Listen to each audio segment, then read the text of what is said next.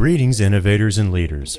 This is AI for the C-Suite, your compass for navigating the exponential age. I'm your host, Chad Harvey, and we're here to bring you cutting-edge insights on AI tailored specifically for middle market organizations.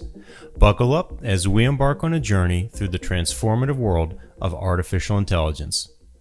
Today, we welcome Matt Berseth, co-founder and chief information officer of NLP Logix, an AI services company that's been pioneering artificial intelligence solutions for nearly 15 years, long before AI became the buzzword it is today. Matt and his team have grown NLP Logix from a startup to a thriving organization with over 150 employees and more than $30 million in annual revenue, serving clients across healthcare, education, financial services, and energy sectors. What sets Matt apart isn't just his business acumen, but his hands-on technical expertise. He's a multiple Kaggle competition winner and has earned recognition in prestigious healthcare AI challenges, including the Chameleon Cancer Detection Challenge and HER2 scoring competitions. His work has taken him from developing stroke detection algorithms with the Mayo Clinic to presenting at NVIDIA's GTC conference and delivering a TEDx talk right here in Jacksonville. Before building his company, Matt was always passionate about education, and that theme has continued. He serves as an adjunct professor at both Jacksonville University and the University of North Florida, where he's helping shape the next generation of data scientists. With a background that spans from his early days at Microsoft to co-founding one of the longest-running AI companies in the space, Matt brings a unique perspective on both the technical realities and business implications of artificial intelligence for middle-market companies. Matt, welcome to AI for the C-Suite. Hey, thanks. Thanks, Chad. Thanks for having me. Real excited to be here and talk a little bit about something we're all kind of passionate about. Indeed, and I know from our pre-recording call, you are definitely passionate about it, and you definitely bring the fire and the thunder. So I'm looking forward to our discussion today. As I mentioned in the introduction, as I was reviewing your biography for our listeners, you've been in this space, and NLP Logix has been in the AI space for about 14 years. And I did mention you've been doing AI since, quote, before it was cool. So I'm interested in your perspective about how the middle market's perception and adoption of AI has evolved since you started, and what kind of shifts have you observed in that time frame? Obviously, there's been a lot in the last 5 years, but over this decade and a half that you've been in this space, what's perception, what's adoption, what are you seeing out there? Yeah, I mean, it's interesting. You go back 15 years, put yourself back in the 2010 timeframe. We weren't talking about AI. AI was not a topic that was generally, discussed. The world was, I look at it as like, I feel like a lot of the 20s and into the 2010s was really about getting applications online, collecting data. There was a lot of, big data was the term. How are we collecting all this data? How do we store it? How do we query it? And about that time, we started looking at, gosh, we're collecting this data. We have some basic analytics on top of it, but surely we can get more out of it.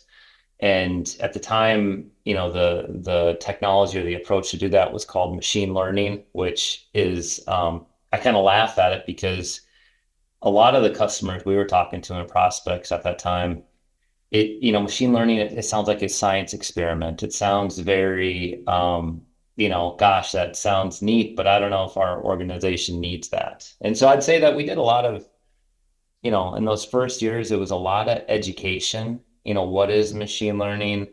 How can it be applied to your business? How can it let you kind of unlock a little more value out of that data that you've been so diligently collecting? That to us was like the first 5 years of the business was really, how do we educate people? How do we show value? How do we demonstrate value and get customers and prospects to kind of buy into this being the way they can unlock more value from their data? That was the early days. And then, like you said, there's a couple of moments that I think to us we'll never forget. There was the first moment, which probably no one else is going to register with, but there was the Masters on NBC, and it was IBM Watson bought every single commercial one year for the Masters and really helped us educate what machine learning, and they kind of branched into AI. And obviously, Watson wasn't a great success for IBM, but it really helped us as far as, okay, people were talking about it. Wall Street Journal was writing about it. Now we're talking about kind of AI instead of machine learning. And that was great for us that, there's a lot of interest. And then clearly, when ChatGPT came out, that was the next, even 10 times bigger effect on us. But it really put AI in the hands of everybody. So it went from abstract to what can it do? Why do I need it? To I'm using it every day. I'm interacting with it. I see how it's helping me personally as a consumer. I see the power of it. Hey, now I kind of get what it can potentially do for my business, and that's obviously been a great change in the last 3 years. Is now it's on, everybody's talking about it, thinking about how they can use it and what it can do for them in their business. I'm glad you mentioned the IBM Watson Masters ads. I do remember those, and I hadn't really thought about that before in terms of its leveling effect or its educational impact on leaders. I'm interested. It never even occurred to me. Why do you think? Do you have an opinion on why IBM's Watson was kind of dead on arrival in many respects?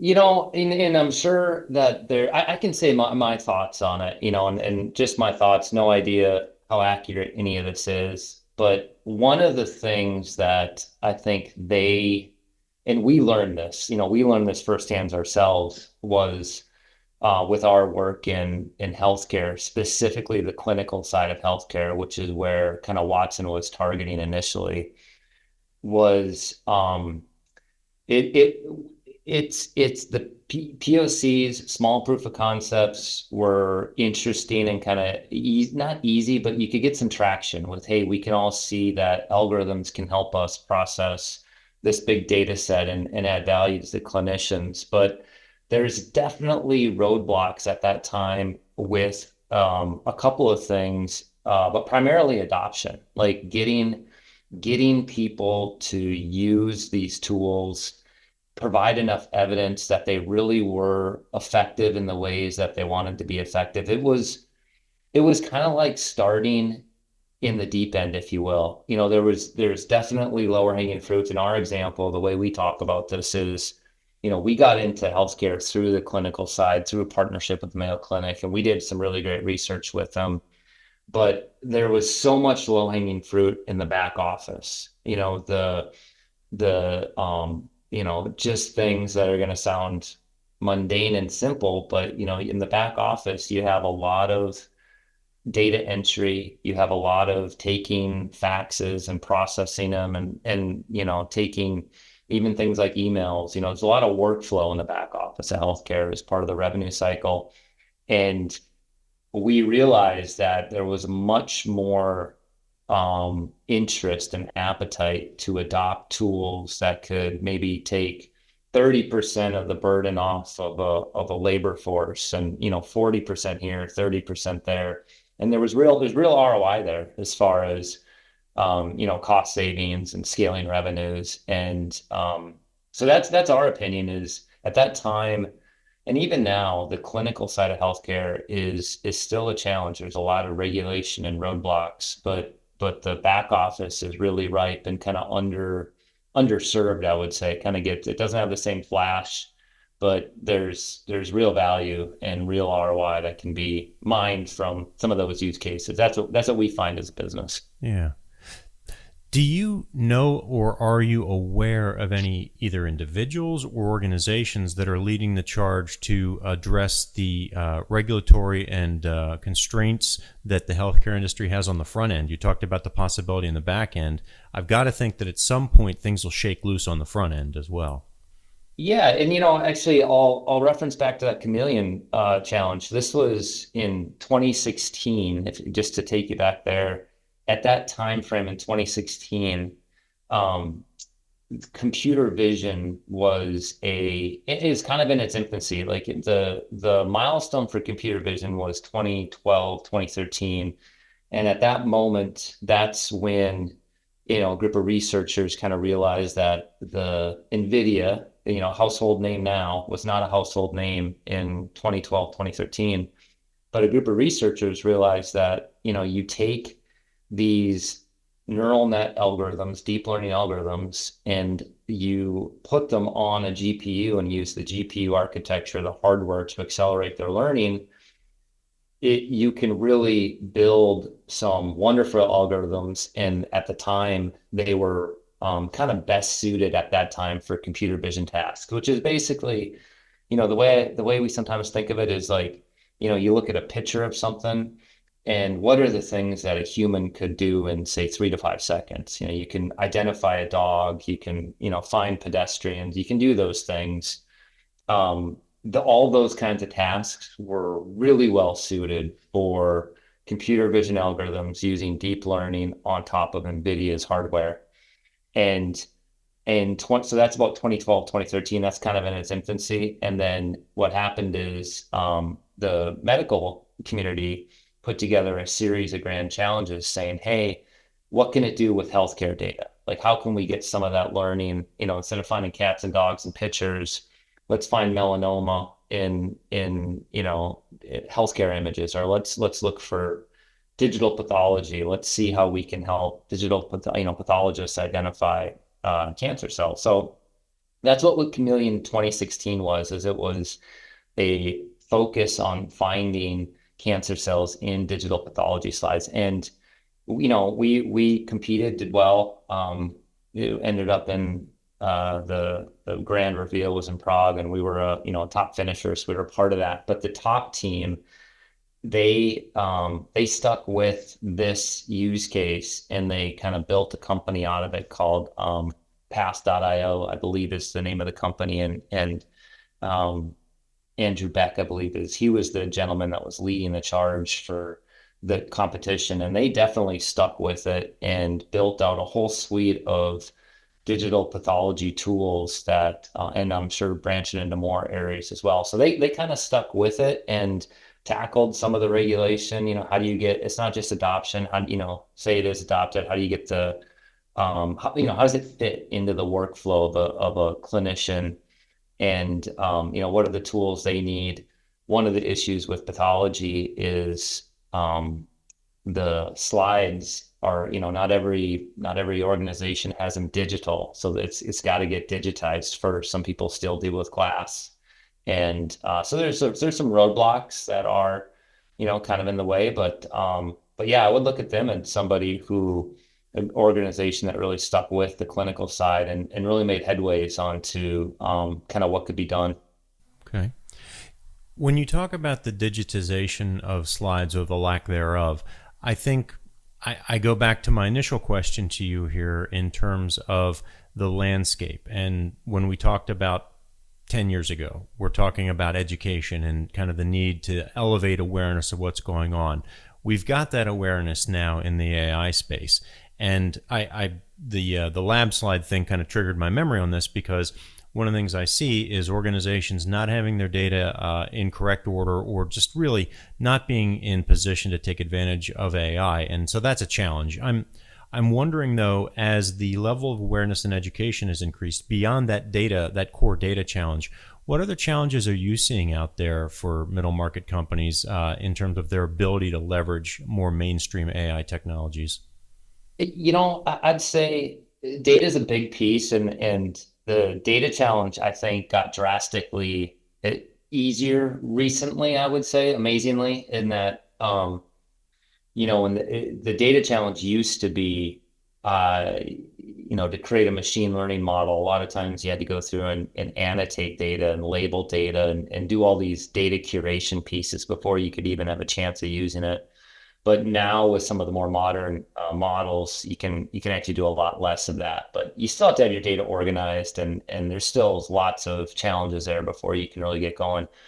But I would say the number one, if I had to say, like, what is the number one thing that we would see is that the the solutions, that the problems people are trying to solve are oftentimes like it's a technology initiative, as in you have a team that wants to apply modern technology and they apply it to a problem that really is not either well suited for it, or it's adjacent to a problem that really would add some business value. So it's kind of unfortunate because it gets you off on the wrong foot. If you're going to decide, hey, let's invest in AI, let's go and let's build this thing, and if you solve a problem that's not really important, or maybe it's adjacent to really what your biggest problems are, then you're going to get off on the wrong foot. And I would say the theme of that we see, and you still see it repeatedly, is an organization coming to us and saying, hey, we need our own chatbot. Can you build this chatbot? And it's okay, great. You need a chatbot. Let's drill into that. What are the use cases?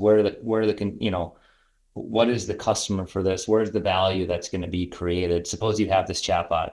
Like where are you going with that? And what we found over and over again is when you have that conversation, it often leads to, well, it's not really something that we feel like our customers are asking for, but we want to deliver it. But if you can get that moved over to, hey, well, where are your real pain points and where are some real value drivers in your business? And then you work from that way and you say, okay, now that we understand those, now where can Gen AI or AI be applied and what can it do? You end up with a lot more successful outcomes because, you're tackling real problems. And we see that repeatedly. It sounds like one of your core competencies at your organization at NLP Logix is really getting to the heart of what the real problem is for the customer. So not a technical approach by any stretch of the imagination. It's more like root cause analysis and really figuring out what problem should we be solving. Do you have, and I know your client base, it ranges across healthcare, education, financial services, energy, a whole bunch of different industries. Do you have processes or protocols that you use to help identify what that problem really is and to work with the clients there? Yeah, that's a really great question. And I would say that this is something that we evolved into. I think we did not approach it like this, in even say 4 or 5 years ago.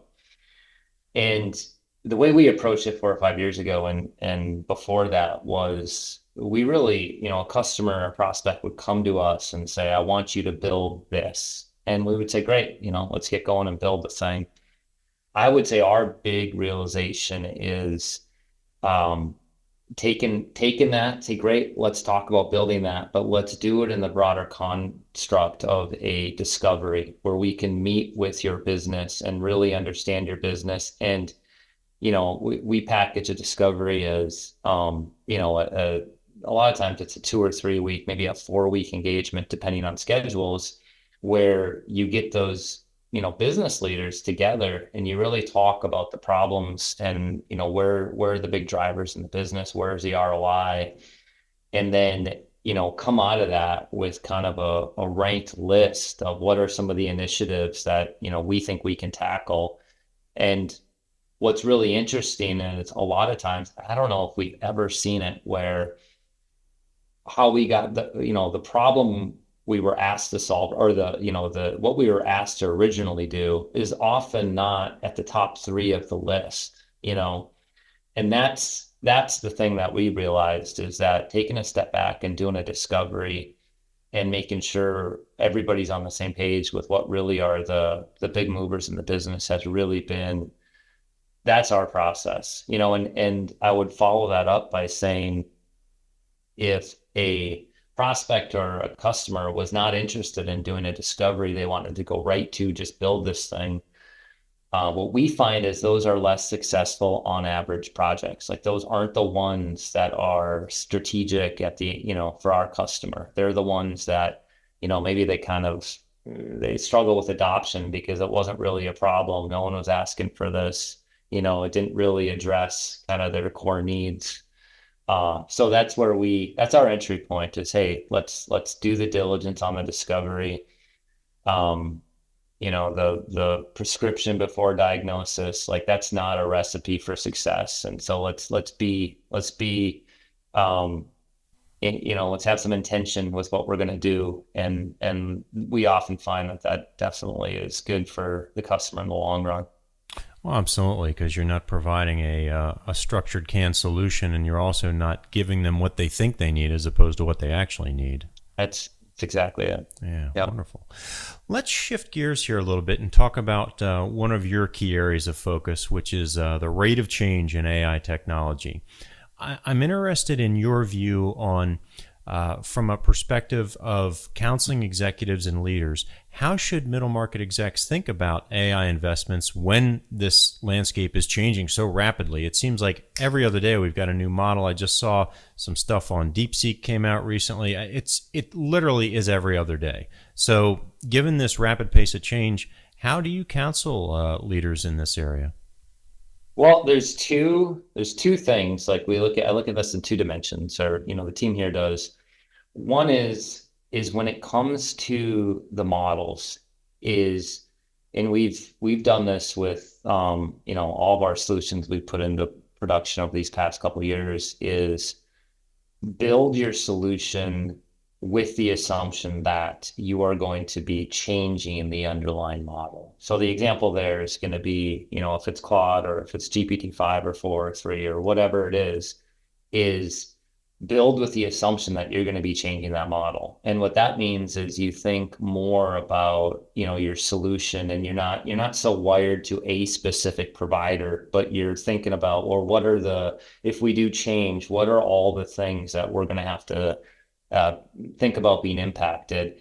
And that's something that I think is, from a solution standpoint, I think that that's the way to do it, because it's not just right now, it's not even just model capabilities that you're looking at, is you're also looking at cost and throughput. It might make sense to maybe stay on a older model for longer because of the cost and the throughput, or maybe you need to be chasing, and yet, you always want to make sure that for your use case or your limited use cases, you have, the latest model for various reasons. But that's definitely our advice, is just build with the assumption that design your architecture with the assumption that this is something that you're going to be changing and exploring. Hey, that's the other part is, a new version of GPT comes out, I wouldn't have the assumption that it's just going to be better for your users. You need to have a process in place to say, how does it stack? How does it compare? What's the throughput? How does it cost? All this stuff. So you just got to build with that in mind. And then on the, on another front, which is, as an organization, how you use AI productivity tools. And for us as an organization, some of the tools we use is like coding assistant tools like GitHub Copilot. And what I would say on that front is the rate of change, it is like the coding assistant tools are improving at an incredible rate. And sometimes you'll hear feedback, well, we're seeing these hallucinations, or the tool isn't that great.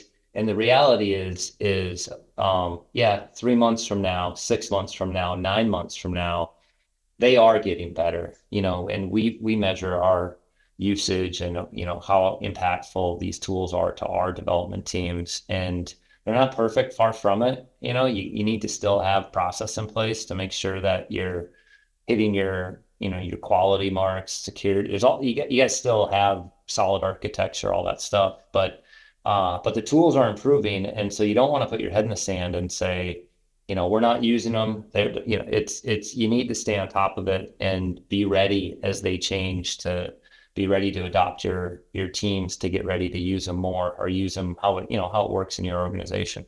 Yeah.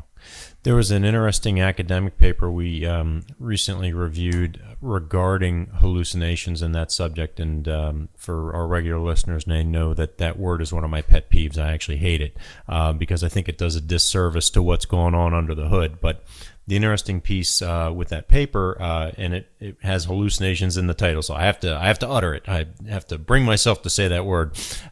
Is they talked about analyzing it from a mathematical perspective and what it actually means in terms of the way these LLMs are operating.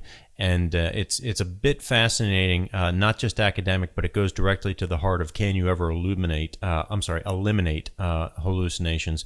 And the answer is basically no. It's kind of borne out by the math. One of the things that you just kind of surfaced, I'm interested in your perspective on. You talked about building these solutions for organizations in such a way that they're essentially model proof. There are a lot of other changes going on in the landscape, and you and I haven't talked about this before, but I'm interested on your perspective in some of the less well understood technical changes, but key changes that are occurring. For example, the rapid deployment and development of MCP. I think that is something that if we wanted to kind of get down in the weeds would be a good example, because I don't think a lot of people understand what the implications of that are. Hell, probably the people that are building it don't understand the implications. So I'll just pause there for a second. With that as an example, what else are you seeing out there, be it a real technical change or something else that folks should be aware of when we're talking about the rate of change with this technology? Yeah, and I think MCP is a great example. And I mean, another one, it's like, it's kind of like MCP is incredibly interesting and flexible. And I feel like right now it's almost like what problems is it really good for, and where is it not the right approach, maybe an overcomplicated approach, or there's other methods. And I think I put um I personally, I kind of put agents into that same bucket and category. And my example with that is, we look at the Gen AI landscape of, you have large language models as like a core component of it. And yes, you can get autonomous agents that are doing work in the background, and that is incredibly powerful. But the thing that I think most people kind of, at least from the people we talk to about, is they kind of think, hey, anytime Gen AI or large language models are used, it's agentic and it's agents and it's doing these things. And, clearly that's not the case. And I guess the thing that we kind of stress is like, there's we have deterministic applications that use large language models that are not, async agentic workflows that are adding tremendous value. And I think there's a ton of software to be built in that area. And it's not agentic, but that's not a bad thing. It's simpler, it fits. It's like let's do both, but let's find the right use cases for each. And I kind of feel like that's where we're at right now, which is, you have things like MCP and agentic and async, and it's like, I think we're all trying to figure out the sweet spot for the right use cases for each of these approaches. And I think they'll be evolving because, and I'll give you another one, the vibe coding movement of, and I think vibe coding is kind of an under defined term, but I'll define it quickly. It's just saying, basically prompt to application. It's a text, it's a way to build an application from a text input. And, we look at that as saying, in the SDLC, there is a place for that, probably way up front near the discovery, to say, hey, you've gone through your discovery, we have your wireframes, we have some flows. Is there more we can learn about an experience through maybe a vibe code? Can we get our discovery team to do some vibe coding to give, not to put something into production and to take it to market, but to learn more about what the application can and should do in a way that is, a little more streamlined. And then there's probably, we see that as, hey, there's value up there for that, but the exact use cases and kind of where where it is a fit and doesn't fit. I think with MCP and agents, everybody's trying to really figure that out quickly. Yeah. Is that the biggest gap that you see out there right now in terms of what folks are hearing and what their expectations are and what the reality is? Or are there other big gaps? Because I know you see it from all angles here. You've got a lot of war stories. Yeah, I mean, I say that there's, you read a lot and you hear a lot, and vibe coding is a great example. Someone on LinkedIn will say, I bootstrapped my business, went from 0 to 10 million ARR, and I vibe coded the whole thing. I mean, I'm not, I'm not reposting those links. I don't quite believe that necessarily.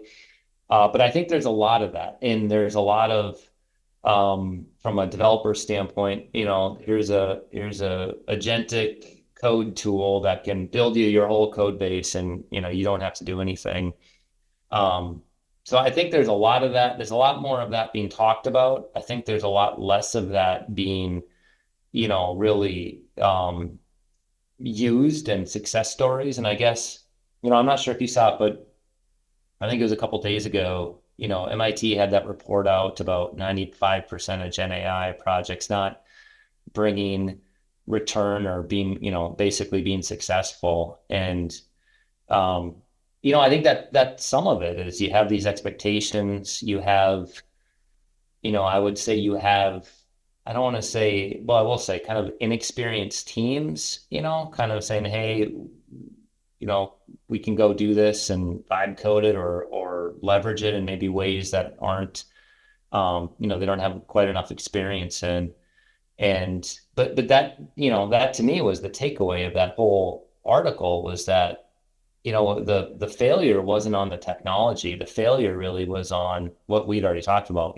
Do we have the right use case? Are we solving the right problem? Is the team equipped to really understand how to use these tools right? And I think that's going to be the same. I think that that'll get shaken out over the next 12 months, 2 years, and there will be success. But right now there's a lot of talk and a lot of hype, and you still got to have the execution.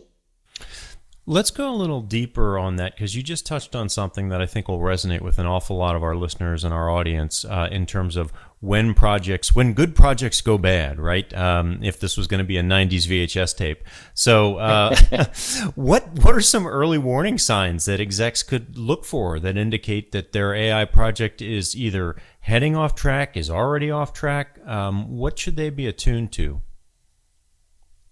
I can say that some of the when it's I would, especially in today, when you say modern AI, which is if it feels like a research project, as in the failure signs to us are probably not too different from some of the traditional software failure signs, but it's like, you're always 2 weeks away from that milestone.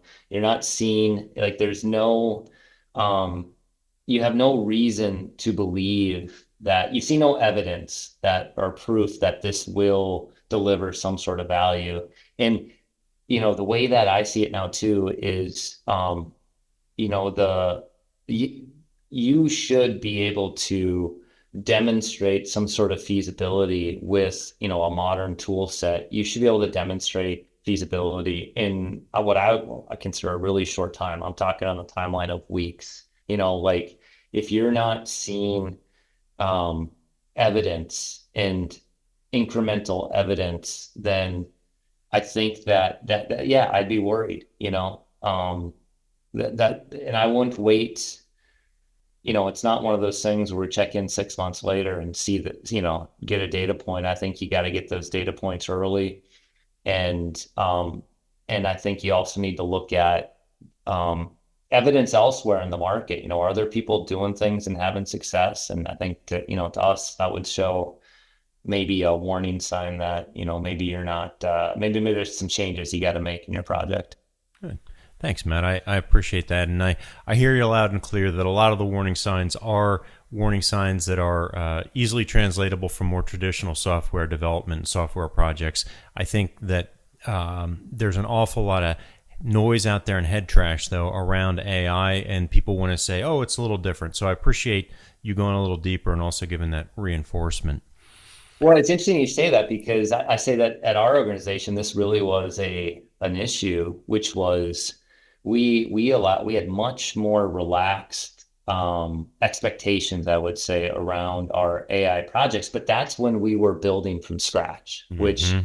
is a totally different now we're in a different era where you're not starting from training models from scratch. You're really starting from a different point. So I commiserate with that. We dealt with that for probably a decade of, how do you set those expectations when there's so many unknowns? Well, and I think you raise a really important point there. We are multi years into the generative AI quote revolution, or whatever you want to call this era that we're in, and you don't have to build stuff from scratch anymore. So, what does an investment look like for a company that wants to start to dip their toe in? And I'm not looking for a dollar figure necessarily, but how do you? What's the approach vector on something like this now that we are a little bit more mature and you've got more folks with more capabilities out there that understand these different tool sets? Well, that's exactly right. So the way we talk about this, and I think it really fits well into our organization from our lineage, is that the for the first 10 years of our existence, we were in the make it phase of AI, which was if you wanted to use it, you had to make it yourself. You had to go and find the data, you had to label it, you had to get a data science team involved to train a model from scratch.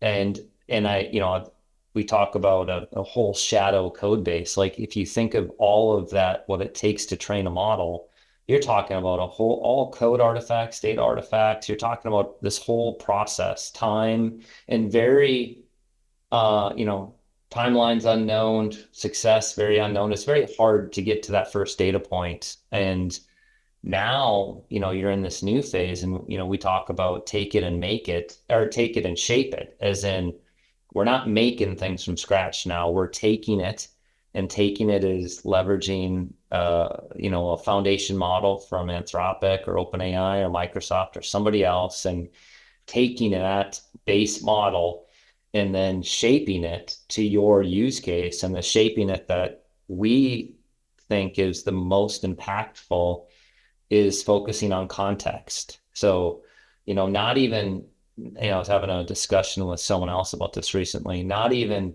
fine tuning or, even getting a data science team involved in like, how do we change the model?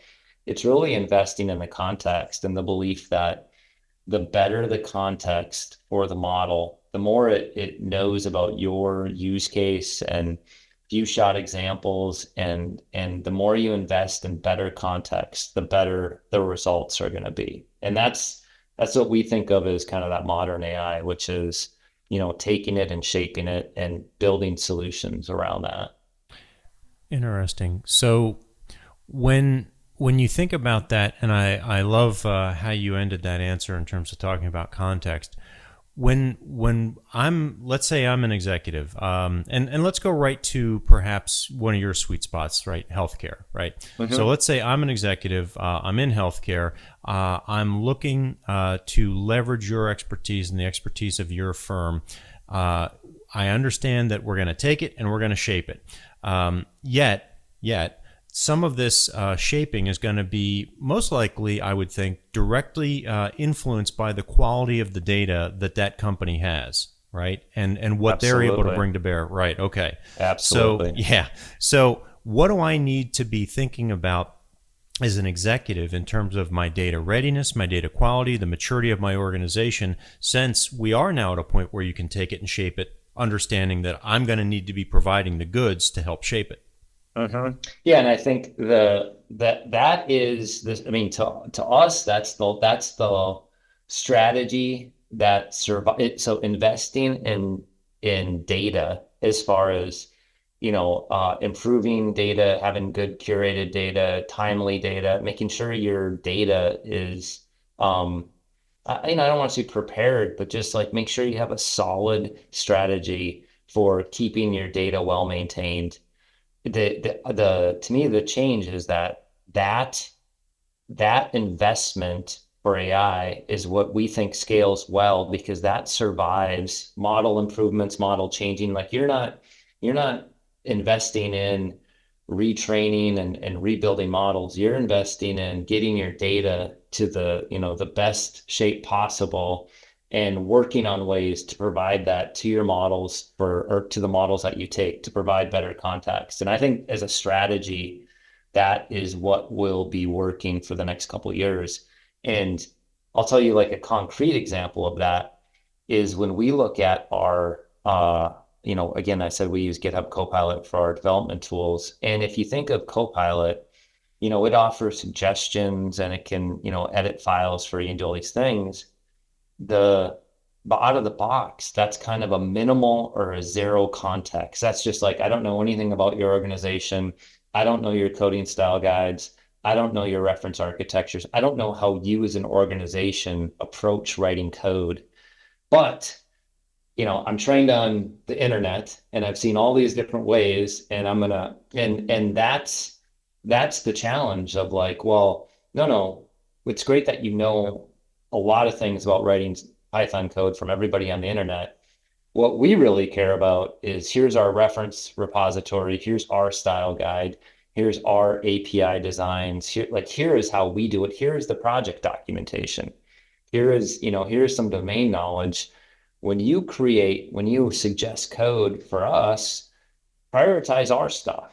And no one else knows our stuff. We know our stuff. And that's the same thing, I think, for healthcare and everywhere else is when you get to the shape it piece, invest in that context, curate that context, version that context, secure it, make it ready and accessible and pour more into that. And you're going to get more out of your models in the long term because the context is going to be better.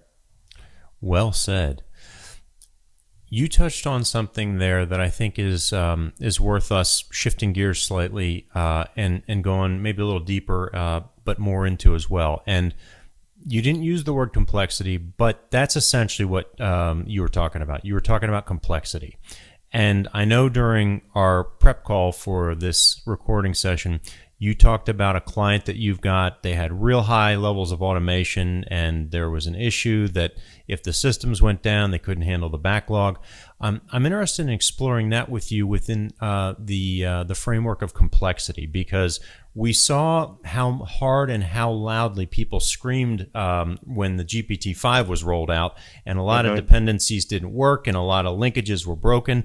And my personal opinion is that we are fooled into a false sense of security by how simple it is to use a lot of these generative AI tools, when in fact they are so massively complex. There's so much going on in the back end. So with all that word salad thrown out there, how do you advise organizations to think about their automation dependency, managing their risk in light of this high level of complexity that's going on? Yes, and this is something I got to say, this is something I think this will be a growing topic in the years to come as organizations achieve higher and higher levels of automation.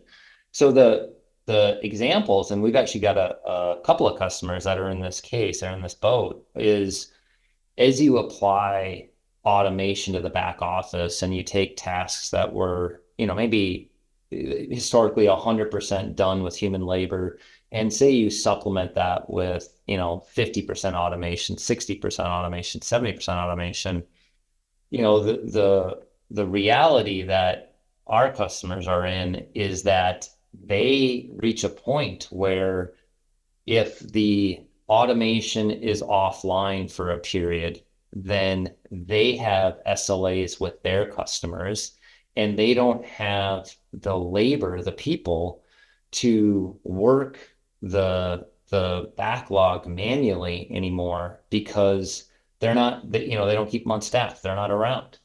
And it's it's kind of case by case as far as what is that timeline? What's that mean? I know with our customers, we have one customer that if the software is offline, and that could happen for a number of reasons, there's outages and there's network problems. There's all kinds of ways that the software can, the solution can potentially be impacted. But if they're offline for 12 hours, then they reach a point where their backlog, they're going to be breaching SLAs within 24 hours. And then that only gets worse, right? As every hour that it's offline, it's harder and harder to chew through. And then they kind of get to this death spiral, if you will, or as far as our SLAs are concerned. So it's something to think about, like as you look at higher and higher levels of automation, you need to have a plan in place. You need to have systems in place, monitoring in place, early warning signs, backup plans, contingency plans from a risk standpoint, to make sure that, if the system has an issue, that you have the run book in place to kind of get through that. And it's really interesting. Like I said, as more and more automation comes into play, I think more and more organizations are gonna having to have plans to kind of deal with this scenario. I couldn't agree more. And I also wonder whether you've got a recommendation, since we're talking about automation, and you touched on agentic AI earlier. We are going to be moving into a business world where there is an increasingly higher level of automation, right? And systems operating maybe not completely autonomously, but semi-autonomously in many instances. Do you have a recommendation for what it looks like, or is it very case specific? But do you have a recommendation for what it looks like for maintaining human oversight? Yeah, Yeah. yeah, that's a really good. And I mean, our view of that is, um, a lot of the automations will be partial, not complete automation. Like I do think that there's a lot of opportunity for 80% of a task to be done, but 20% to be whatever. But the key piece that we look at when we're building these systems is having a human in the loop, as far as making sure you're not taking, you know use your quality metrics to understand when and where humans need to be involved. And so one of my favorite examples of this is a system that we had developed for one of our customers, where during the processing, so you think about processing forms or claims or whatever, some backend, some process that was historically done manually is now partially automated. When the automation runs into a case where it doesn't know what to do, it says, "Hey, human, come in here and help me with this." And that's, the exception queue, the error queue. How do you get the human into the loop real time? And that's part of the story. And then the other part of the story is, let's say you have 80% of your volume is not touched by a human. Okay. Because the system thinks it's doing a good enough job and it can straight through automate these tasks. The system we developed was really neat, because we would do, after, on everything that went straight through automated, we would do basically a sampling of that pool of data, and kind of a double check, a QA piece, a sampled base QA check that says, "Hey, this is what went to the straight through automation queue. Before we release it, let's do a statistical sample to make sure that this pool of automated data is meeting our quality metric." And we had our quality metrics in place. It had to meet this quality bar. And oftentimes that quality bar was the human error bar. When humans were doing data entry, they're not perfect either. So there's a certain level of quality, and that was our bar for the automation, was on everything that goes straight through automated, is it at least as good as the humans were?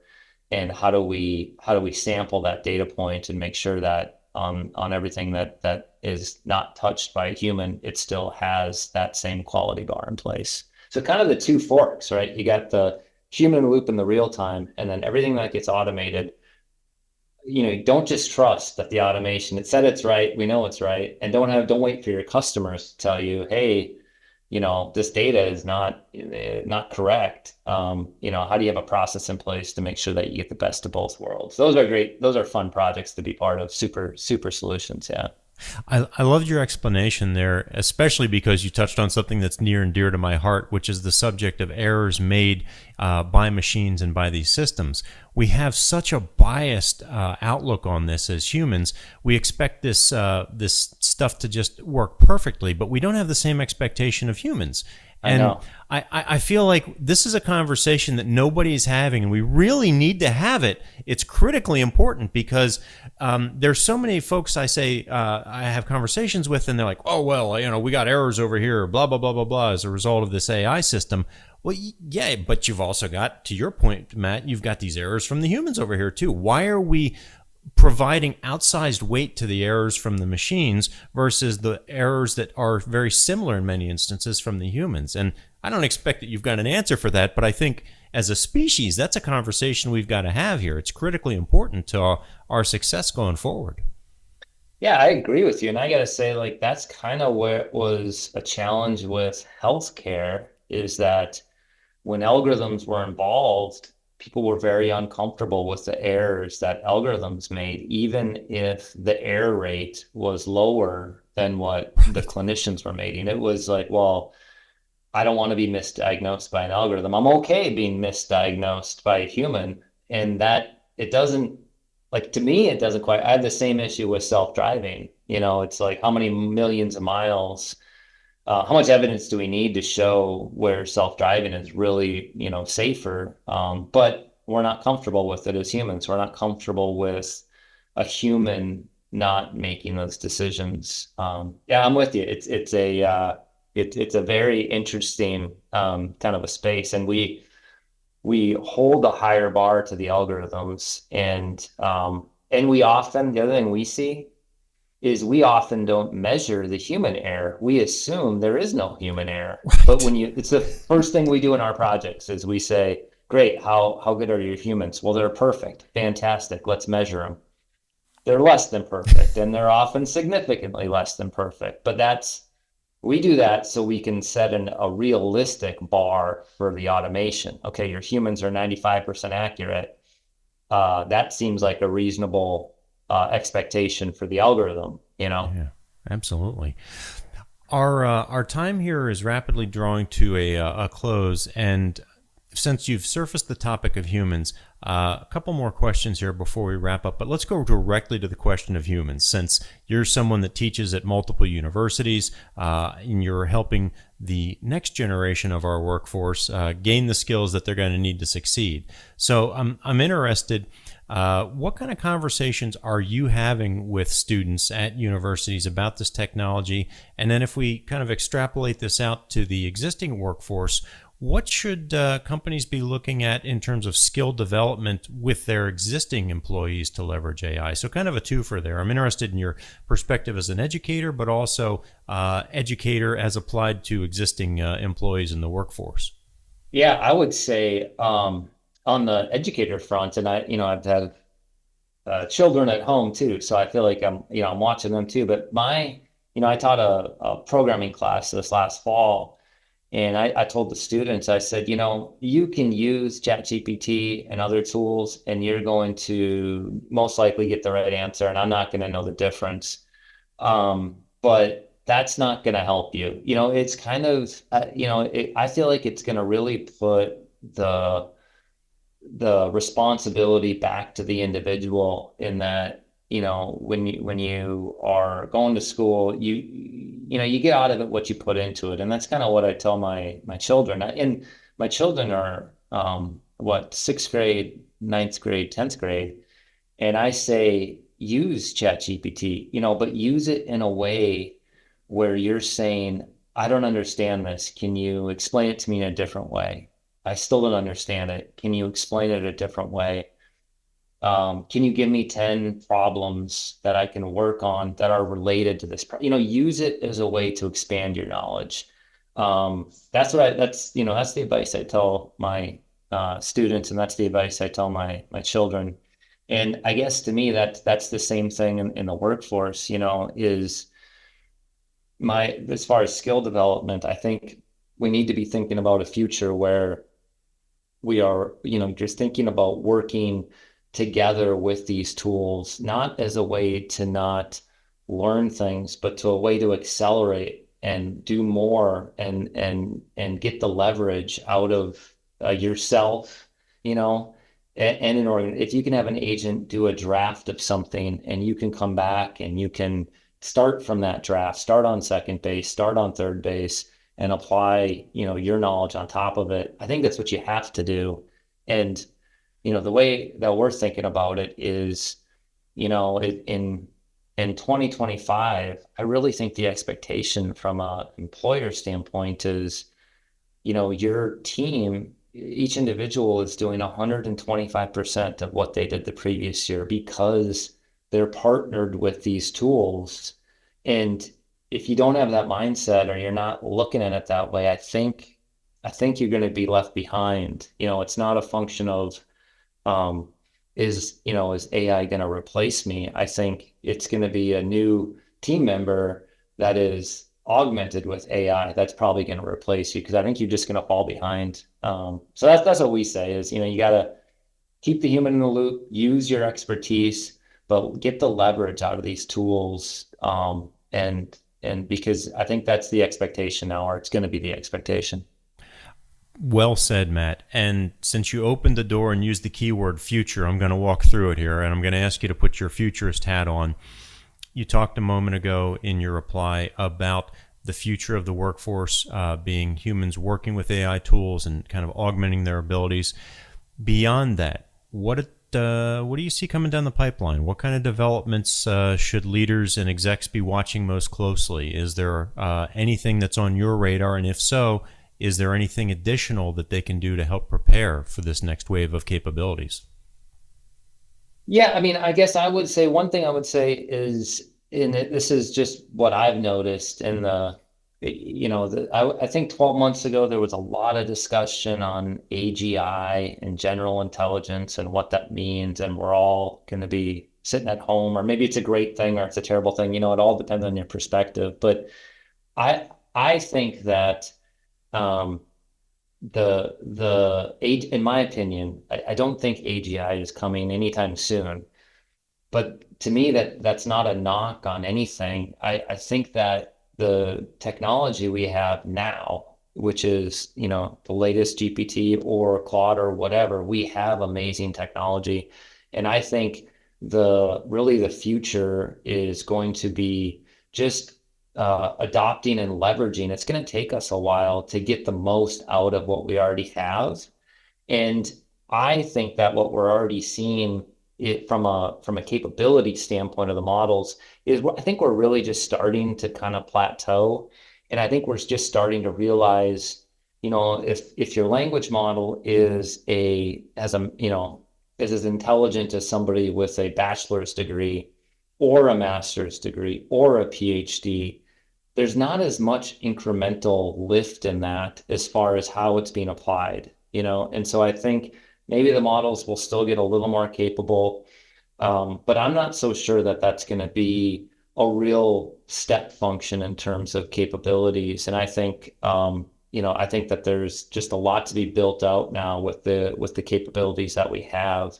And I'm waiting for the next kind of paradigm shift in machine learning to really take another big advancement like GPT was for us. I personally don't see that happening in the next 5 to 10 years. It could, but I think we're kind of in the adopt and deploy and build on top of kind of a phase. That's what I'm thinking. That makes a lot of sense. And you touched on this, but I'll just drill. Last question here. You kind of touched on this tangentially. What do you think is underhyped right now?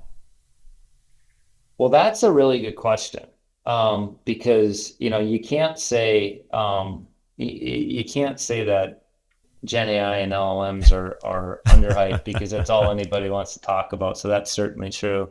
But man, what is underhyped? I mean, there's part of me that wants to say, when everything moved to Gen AI, we kind of forgot about what might be called traditional AI or machine learning. I won't, I still say that, you got to really, you don't want to look past those, or you don't want to forget about those other techniques because they're very valuable in a lot of use cases. They're not as generally valuable. That's what we're all learning. But I do think for us as a business, we're gonna, we look at it as actually the, kind of a composite AI. Is, and if you think of it from a holistic standpoint, a lot of the solutions that we think are really valuable are, going to be using some of traditional AI, certainly some language models, some Gen AI, possibly some agents, but that the real, there's some powerful solutions that I think will be a little bit of each.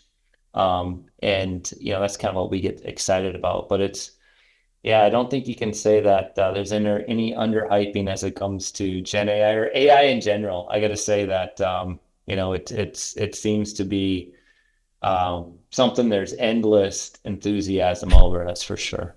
I can't think of a better place for us to stop than the idea of endless enthusiasm. That's a good break point, Matt. I appreciate that. This was fantastic today. For our listeners that want to learn more about you and your work, get in touch with either you or your company, what's the best way for them to do that? Yeah, really the website, www.nlplogix.com. That's the best way to learn about the organization. You certainly can find me on LinkedIn, Matt Berseth at LinkedIn, and shoot me a connection or shoot me a message. Love to talk to people and just hear what everyone's doing. So that's the way to get us. And had a great time today, Chad. This has been fantastic. Just thanks for having us on, and it just this hour went by in a flash. So thank you for that. Absolutely. I really enjoyed our conversation as well, Matt, and hopefully our listeners found value as well. So I appreciate our time. And speaking of our listeners, thank you all for tuning in once again to AI for the C-Suite, where we're committed to helping middle market leaders thrive during the exponential age. If you found value in today's discussion, be sure to subscribe to this podcast, follow us on all the socials, and visit our site, aiforthecsuite.com. Join us next time as we continue to unlock the potential of AI for your organization. And until then, keep your algorithms running, your leadership evolving, and your AI in check. Take care, everybody.